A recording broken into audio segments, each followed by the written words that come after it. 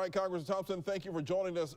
First off, take us through what you experienced on Wednesday, and when did you know that something was wrong?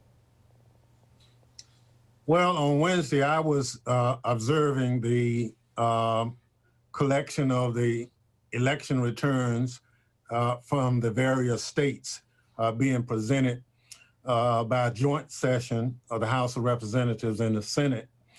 And because of the social distancing requirements, a number of us had to sit in the gallery and as an observer.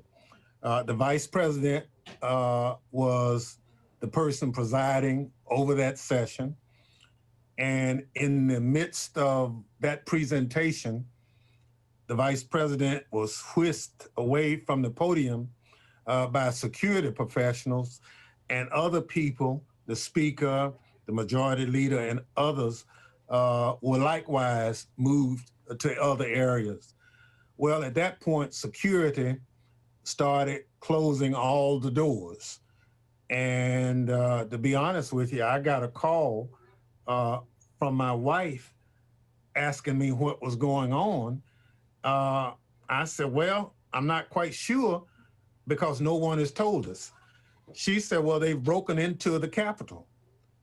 I said, you know, because obviously we're in this confined area. But at that point, security came and said they breached the Capitol. We have to shelter in place. And so the alarm system went off, which is a digital alarm system that every member of Congress, as well as the staff, is provided with. For the next 30 minutes or so, we heard significant noise. In the midst of that, we heard a gunshot, which was in fact a security officer shooting a female who, as you know, who ultimately died. And after a significant period of time, we found an opening to be moved away. And it was at that time that we actually found out that the protesters, or domestic terrorists, as I'd like to call them because of what happened, that they had gotten all the way up to the third floor. As you know, the Capitol has 3 floors, so it was quite a scene. We saw a number of people spread eagle on the floor who had been captured. And so for the next 5 or 6 hours, we were sheltered at an undisclosed location for security reasons, but we really couldn't allow these domestic terrorists to stop government. And that's why a decision was reached for us to go back in session late Wednesday evening and complete our business. And so we did. We finished shortly after 3 a.m. Counting the Electoral College votes that certified the win for Joe Biden and Kamala Harris. Will Congress have their own investigation? And if so, who do you believe bears most of the blame? Well, we will do, as members of Congress, our oversight responsibility from the standpoint of looking at what happened, what went wrong, and who's responsible. In the midst of that, government has to continue.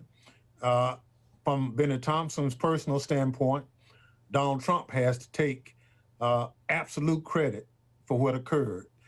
He invited all those people to Washington after he lost the general election in November. And basically, he tweeted, come to Washington on November 6th. It's going to be wild. And so people came from far and near.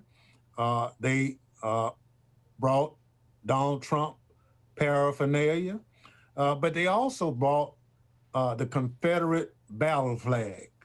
And some of you probably have seen that Confederate battle flag. So it wasn't just Trump supporters, but these were a combination of people who, for whatever reason, thought they actually could take over the government of the United States of America. And Donald Trump, that speech he gave and told them to go to the Capitol and let them know what they're doing you disagree with. The real thing that bothers me is his vice president was presiding over this session. So he actually not only sicked those rioters on members of Congress and Senate, he sicked them on his own vice president. So that tells me at this point, he's really operating on a short fuse. Speaker Pelosi says the president if the president doesn't resign, the House will move to impeach. Is that a move, the right move that you support? Oh, there's no question. We are now being viewed around the world as Donald Trump puppet. We have to stand up. You can't have people breaking in to the halls of government, breaking windows, killing a security guard, doing all those kind of things. This is not the value system that we've come to enjoy as Americans. And because of that, Donald Trump's legacy has been sealed as the worst president ever. Well, some will say, what's the point of starting impeachment when there's just less than 2 weeks until Inauguration Day? Well, he's still president, and he has to be held accountable. And impeachment is one of those methods that he should be held to. Now, from my perspective, I think after he leaves, he's still going to have to be held accountable for his actions. Twitter, Facebook, Instagram, they kind of put him in timeout for the next 12 hours to 2 weeks. But you put children in timeout. Donald Trump should be banned from Twitter, from Instagram, and as well as Facebook and any other social media platform for what he did. He sicked crazy people on American citizens. And as president of the United States, he should have known better if he didn't. There's been a lot of talk about the security and the planning for the security at the Capitol, and the Capitol Police Chief and the Sergeant of Arms have now since resigned. Is that enough as far as their resignations, or are they somewhat complicit in what happened? Well, there's no question the system failed. And in most systems failure, the first persons who bear the brunt of that failure are the people at the top. So I'm not surprised that the 2 sergeants at arms have been fired. I'm not surprised that the chief of the Capitol Police has been fired. But we still have to look at what systems were in place, what intelligence was available at the time, and why reinforcements were not already on hand, and why we allowed this to occur. So it's Congress's oversight responsibility to look at all of the available information, all of the available intelligence, and point blame exactly where it should be, so that if this ever happens again, we'll be better prepared, and those individuals who attempt to do it won't be successful. After what happened, do you feel safe at the Capitol? Well, let me tell you, it was a troubling day and night, and I went back through the Capitol on Thursday morning to see the damage done to one of the most sacred and hallowed governmental buildings known to man around the world, just really tears at your very fiber. So I was hurt more than I was afraid, because some of these people had been duped to thinking that they could go in, tear up things, and it's the right thing to do. And so now I am encouraging our government to identify all those people who breached the Capitol and prosecute them to the fullest extent of the law.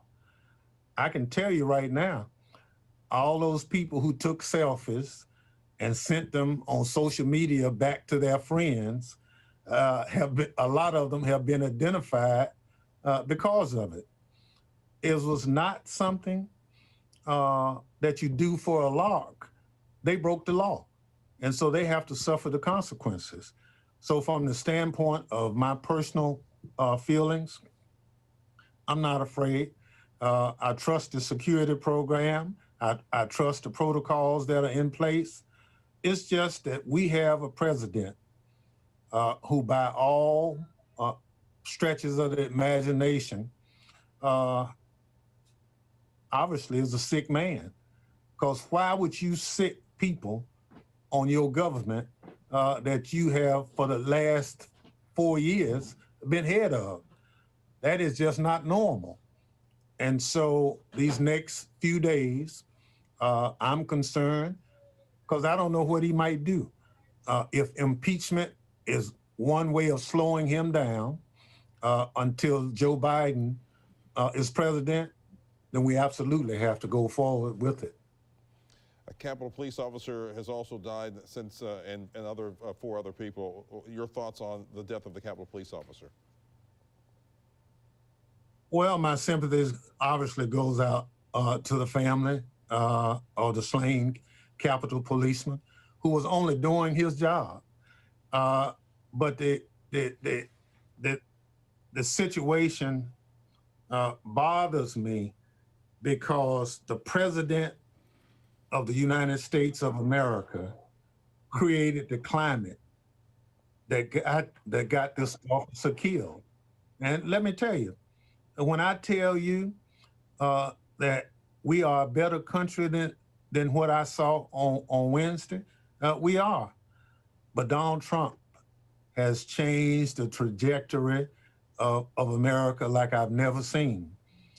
People now look at us all over the world as if something is bad, wrong with what's going on. We used to be, as a country, the beacon of hope for everybody.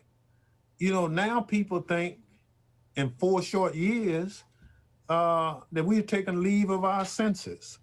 And so I'm glad that Joe Biden, with his level of experience, will come back and add sanity as well as maturity to the office of President of the United States. Donald Trump said he will not attend the inauguration. Your thoughts on that?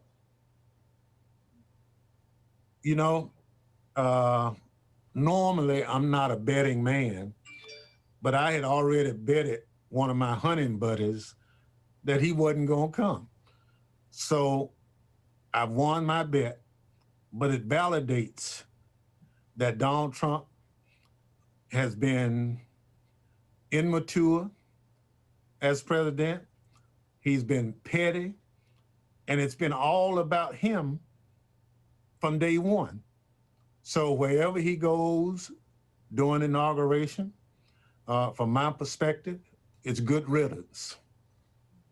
You and Senator Wicker are the only members of the state's delegation who voted to certify all the results of the election. The state's other congressmen approved 2 of the objections. What's your thoughts on that, and what does that mean for Mississippi? Well, you know, I respect the rights of every state and every state's elections. I don't want to tell people in Louisiana they did wrong because every state conducts their own elections. Uh, and I can't see any elected official not respecting the rights of other states who conduct elections. There were some 60 lawsuits filed by the Trump administration challenging elections all over the country. And they lost every case. And the majority of the judges who heard the cases were judges that had been appointed by the Trump administration. But I'm glad that at the end of the day, those judges understand that the law stands regardless of who's in the White House. And so they ruled on the law. And so he lost. So he's a sore loser, a poor example for a chief executive, and an even poorer example for a commander-in-chief. How can the country heal? Well, healing comes at 12 o'clock on January 20th, the process. Joe Biden's election is now more important than ever. He's known to work with Democrats, Republicans, and independents on what's good for America. And I don't see him changing. It's not about Joe Biden. It's about this great country of ours. And if we succeed with the values and standards that got us to where we are as a nation, then we'll do just fine. But we need a leader, and Joe Biden is that leader. Are you hopeful? Oh, I'm hopeful because, to be honest with you, I'm a grandfather. I want my grandchildren to have a future. And in a president like Joe Biden, there's a future. God forbid, if Donald Trump had been elected, I don't know what they would have as a future. And I'm glad that that future is in Joe Biden's hands and not Donald Trump's hands. Are you satisfied with the appointments of a president like Joe Biden? He has made very clear that his appointments will look like America. That means that it will be black, white, male, female, gay, straight, whatever. Because, you know, America is the melting pot. America is the rainbow. And so he now has in his cabinet the first Native American secretary, Deb Haaland, who's from New Mexico, who's Native American, as Secretary of Interior. My good friend Marcy Fudge is Secretary of Housing and Urban Development. And so on down the line, women are taking their rightful place in the Biden administration. Asian Americans, Latino Americans are there. So I look forward to helping him structure his cabinet so that he can keep his words to the American people, at his administration will in fact reflect America. Congressman Bennie Thompson, thank you for your thoughts and for sharing your time with us. Thank you very much. Thank you for having me.